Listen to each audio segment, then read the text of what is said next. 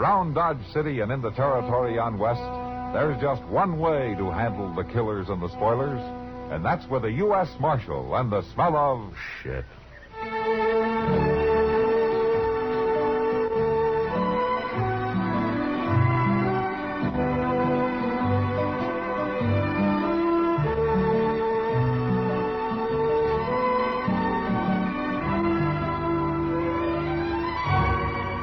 Gunsmoke, starring William Conrad, the story of the violence that moved west with young America, and the story of a man who moved with it. I'm that man, Matt Dillon, United States Marshal. The first man they look for and the last they want to meet. It's a chancy job, and it makes a man watchful and a little lonely.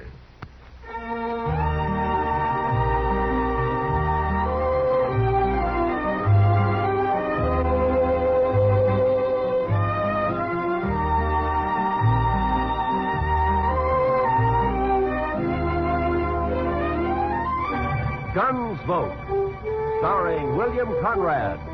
The transcribed story of the violence that moved west with young America. The story of a man who moved with it. Matt Dillon, United States Marshal.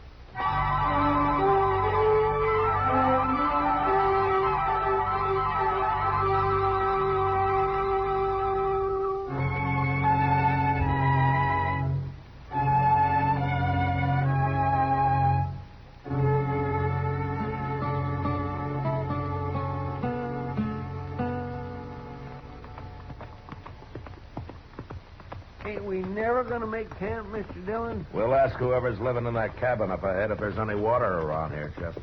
Most likely there ain't.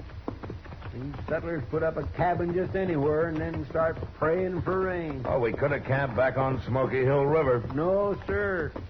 I'd rather go dry. Just as long as we make Dodge by tomorrow night. We'll make it. I never seen such a place as that Fort Wallace, Mr. Dillon. Man could go plumb out of his mind living there. Well, they don't build army posts for pleasure-loving people like you, Chester. I've been in the Army. Oh? Like it? Well, sir, we didn't always see eye to eye, me and the Army, but at least I didn't get killed. Well, that helps. Hey, I'll bet you look pretty bold in a uniform, Chester. Oh, my, yes. I surely did. I wonder if there's anybody home here. Hello? Place looks deserted, Mr. Dillon. Yeah. Here, hold my horse, Chester. I'll take a look. Yes.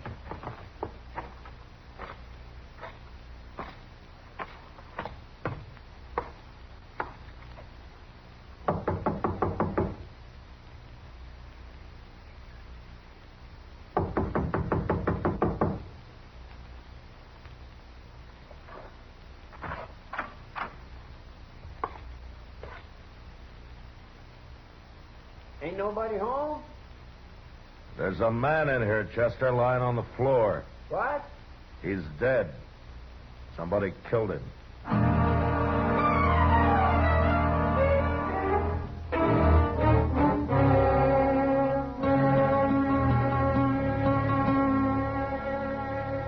We'll put the fire out now, Mr. Dillon. Yeah, we better get started. Looks like rain this morning. That's too early to tell for sure.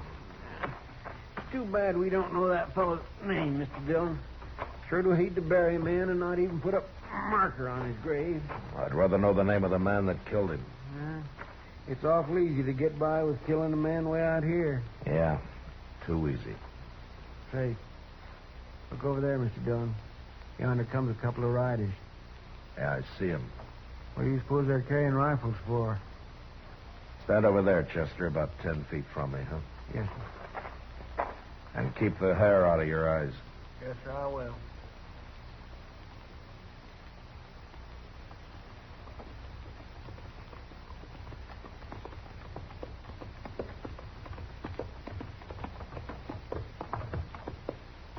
What are you men doing here? Do you own this place? I wouldn't live in a shack like that. We got a real house over on Turkey Bend. But that don't answer my question, mister. What are you doing here? We found a dead man in the cabin there last night, so we stopped to bury him. A dead man? That must have been Riley. What happened to him? He got shot. Who'd have shot a nice fellow like Bob Riley? Maybe they done it, Deaver. They probably did. You think we ought to hang him? It'd be easier to shoot him and leave him here as a kind of a warning. Yeah. Good idea, Giles. You move that rifle 1 inch, mister, and you'll die for it. Now go ahead, mister. You're calling it. It ain't worth a chance. All right, mister. Whoever you are, you and your friend get mounted and ride out of here. You're Giles, huh? And Deaver? That's right. We don't want people around here. Might get an idea to settle down. Now, you two start riding, and right now. Chester, Yes? that coffee you made this morning was weak as well water. Get that fire going again and build some more, huh? Okay. Sure got a lot of nerve, mister. He don't even blink, Deaver. Look at him. We'll be by here later, mister. We won't ride up so close next time. You better be nowheres around. Come on, Giles.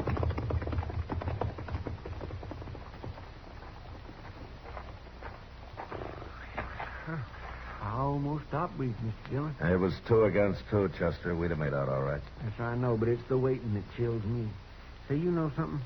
I'll bet anything it was them that killed the fellow that lived here. Maybe. And I'd sure like to know more about those two. But right now, we better get started for Dodge. Yes, sir, I'll go get the horses. Chester and I got mounted and rode maybe 1.5 miles when we came across a sort of a camp. There was a man there, a tall man with long yellow hair and bright blue eyes that seemed always to be looking into the distance. He had a mule and an old wagon and some hogs that he kept in a well-built, partly covered pen. But he hadn't put up a shelter of any kind for himself, and it didn't look as though he was about to. We got down and walked over to where he was standing by a small fire. Sit down, man. I got no coffee, but you're welcome to that pot of chicory. There's a spoonful of molasses in it. Well, thank you, but we just stopped to say hello. No need to hurry off, mister. My name's Obie Ridges. Glad to know you, Richards. I'm Matt Dillon, and this is Chester Proudfoot. How you do? I don't meet many people out here. Are you raising hogs? All my life. Not here, though. Well, where do you live, Ridgers? You got a house somewhere? Ain't lived in a house since I was 9 years old. I like it outside. I need a breeze. Well, you're outside here, all right. I ain't gonna move no matter what they say. No matter what who says. Them two fellas up on Turkey Bend. Giles and Deaver? Them's the ones. Tell me, Richards, there's a cabin about 1.5 miles north of here. You know the man that lives there, Riley? He comes by here now and then. Oh, we buried him last night. Somebody shot him. That's bad. That's real bad. You better tell the law about it if you're going anywhere, mister. I don't hold with murdering a man. Well, I'm a U.S. Marshal, Richards. That a fact.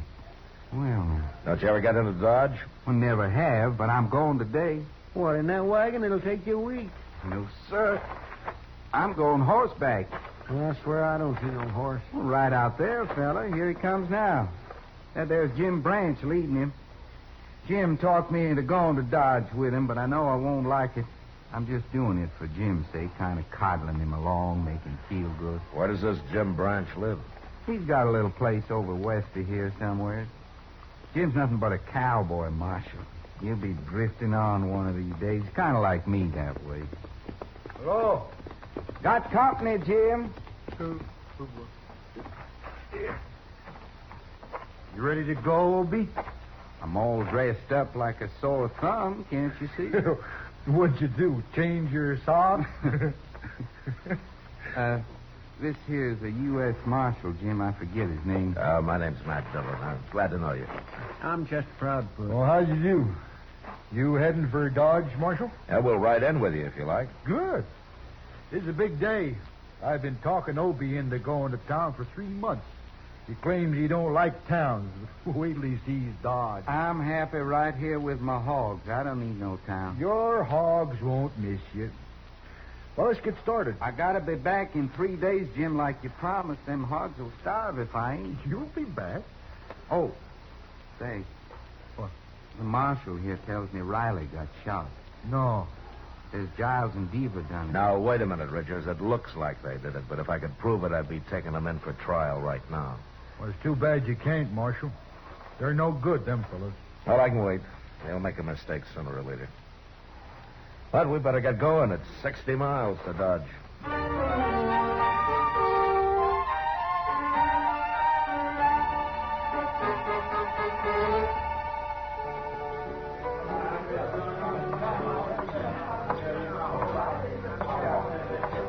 Good evening, Kitty.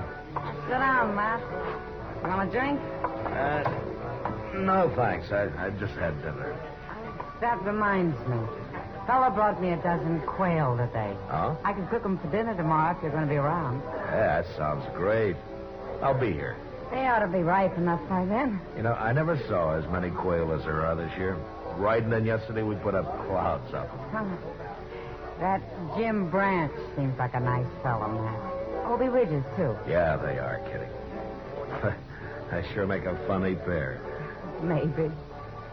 But still, they're kind of like brothers. Look at him over there at the bar. Opie's getting spookier every minute he's here. Obie likes it outdoors, right out on the ground. I doubt he'll ever come into town again. Jim told me he still hasn't been able to get him to take a meal in a restaurant. He has to bring it outside for him. Says he can drink inside, but that's all. Well, maybe we'd all be better off if we lived that way, Kitty. Not me. I don't want to live like an animal. Don't you? Hello, Miss Kitty. Hello, Jim. Marshal, something bad's happened. What, Jim? Well, this fella here just rode into town from up north. Well, he come by Obie's camp. Marshal, somebody shot Obie's mule and burnt up his wagon and killed all his hogs. That's right, Marshal. Oh, no. Giles and Deaver again, huh? Well, it's Obie I'm worried about. I never should have made him come to town, Marshal. He'll kill them fellas now. I know he will. I'll ride out with you, Jim. Right now.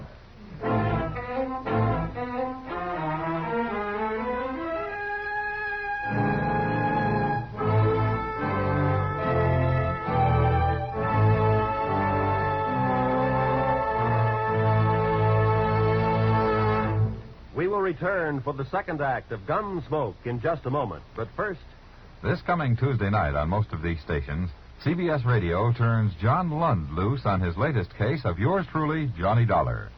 In the Woodward Manila matter, Dollar launches a search for a missing man and a missing fortune.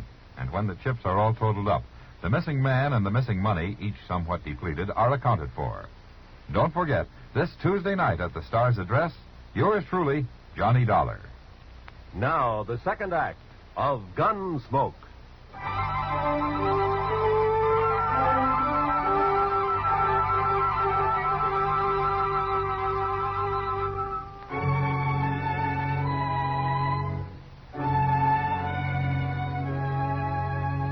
I wanted to ride out to Obie Ridger's camp that night, but Obie insisted on staying in Dodge. He even tried to have a good time for Jim's sake. Next day, however, on the ride up, he just sat his horse and stared straight ahead and never said a word. We reached his camp after dark, and we could see his mule and his hogs lying there in the moonlight, and the remains of his wagon, charred and ghost-like. There was nothing we could do then, so we lay down on the ground and went to sleep. But that was our worst mistake, as I discovered when Chester woke me next morning. Obie had disappeared, and he'd taken his rifle with him. We saddled up and rode for Turkey Bend. How much farther is it, Jim? Just beyond them trees, Chester. I told you Obie was going to kill these fellas, Marshal. Well, maybe they're not here.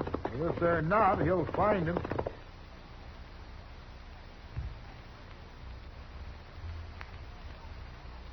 So let's pull up.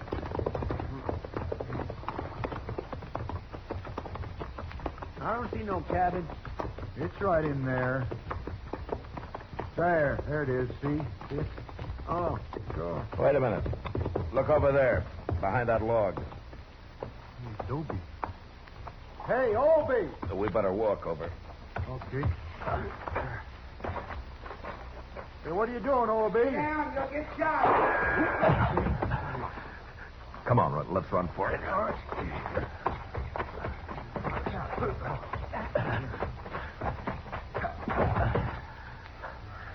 Beaver in there. I got him trapped. Look, Obie, I'll handle this. You can't kill these men. I done killed Giles already. That's him laying right by the door over there. Oh, Obie, you Blew did. the top of his head off. Obie, I gotta put you under arrest. Now, give me your rifle. Wait till I kill Beaver. I can't hang twice. Give me that rifle, Obie. Now. You mean it, don't you? I do. All right, I won't fight you. Here. But I'd sure like to kill Beaver. Chester, take this rifle and keep an eye on him. I'm going after Beaver. Yes, sir. He'll kill you, Marshal. No. You'll be too curious at first. I'll walk over there with my hands up. But you wait here till I yell.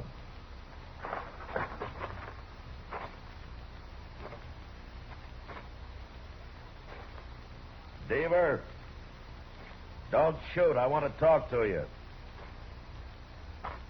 That's far enough. Come outside. Obie's under guard. He won't shoot.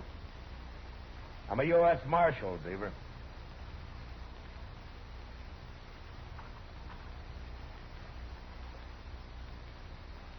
You're the feller we run into the other day up at Riley's cabin? I am. Now come on out. Thought there was something about you. I got Obie under arrest, Beaver. He admits killing Giles here. You killed him.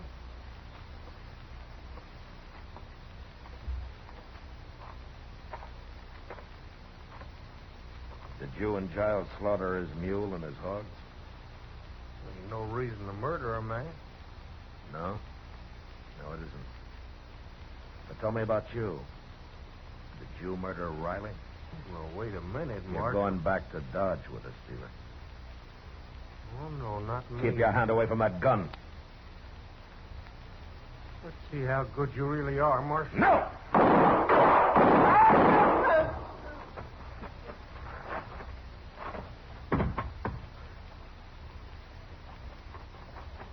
No, good for you, Marshal. Good. You killed him. Now they're both dead. Yeah, they're both dead. But you murdered one of them, Obie. Jail. I can't go to jail, Marshal. I'd go crazy. I'd go crazy in jail, don't you understand? I can't go to jail.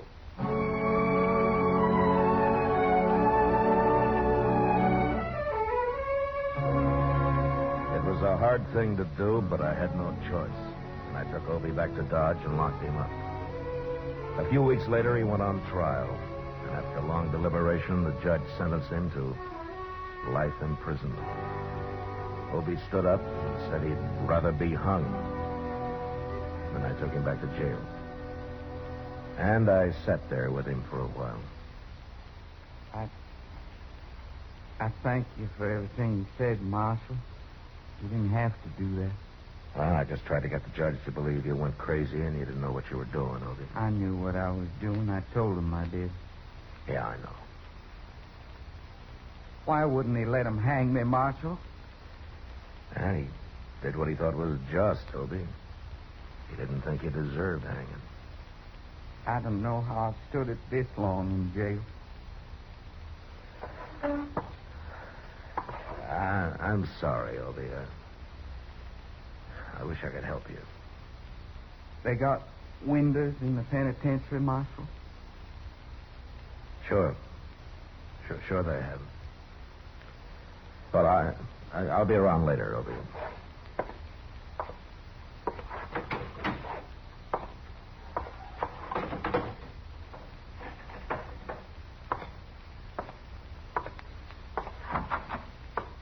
How's it taking it, Mr. Dillon? It's pretty hard on him, Chester. Where's Jim Branch, anyway? Oh, my, I ain't seen him since the trial was over. Well, maybe he'll come around later. I'm going to supper with Doc, Chester. We'll be at Delmonico's. All right, sir.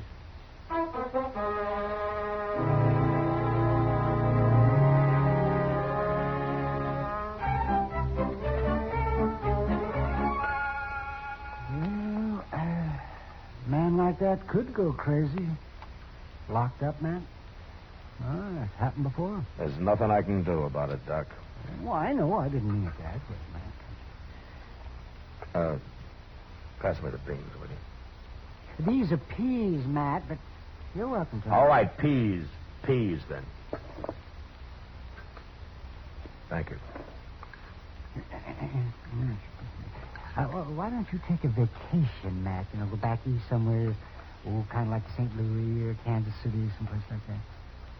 Maybe I don't like towns either. Well, that's just what I mean. You need a vacation, all right. Oh. Yeah? Well, if I were a rich croaker, maybe I could take one. Rich croaker? Croaker? Oh, man. Oh, croaker, man. How could you say... All right, Matt, Doc. would you Take it easy, Doc. You'll bust something. It's a fine thing when a mere policeman can insult the noblest profession known to man. I was insulting you, Doc, not the profession. Oh, croaker. Oh, I might have known what it'd be like having supper with you tonight. I'll buy you a drink after, huh? How's that? Well, I don't know. Well, I'll think about it. Dylan? What's the matter, Chester? Obie Ridgers. He's dead. What? I heard a shot out back, and I run into his cell, and he was laying there dead. There's a gun on the floor. I don't know where he got hold of it. You better come look.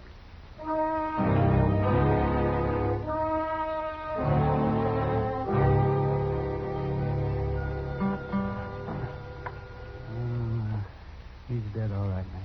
You think he killed himself, Doc? Well, the gun was held right close to his head. Yeah. Maybe somebody called him over to the window and shot him. Maybe. But he could have done it himself.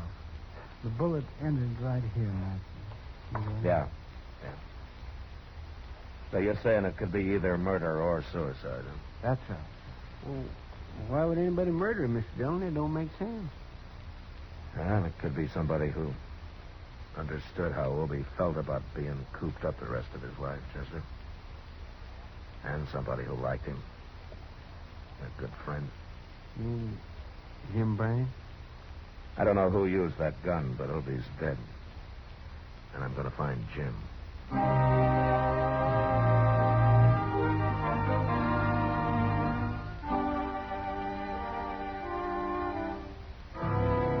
Jim Branch wouldn't talk one way or the other. So I charged him with both murder and abetting a suicide, and he was brought to trial. The trial didn't last long due to lack of evidence, and Jim was freed. He left the country soon after, and I never heard of him again. As Kitty had said, he and Obie were kind of like brothers.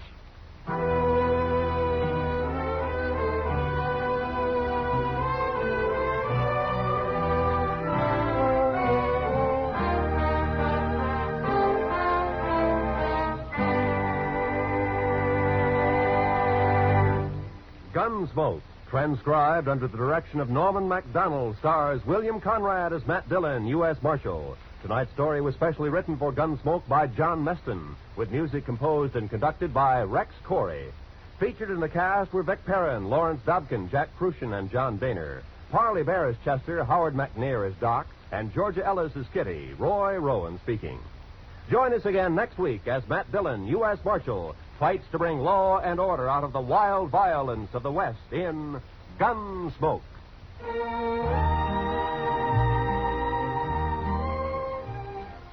From all corners of the globe comes the news, edited and reported for your listening pleasure on CBS Newsroom Sunday Desk, every Sunday afternoon on most of these same CBS radio stations.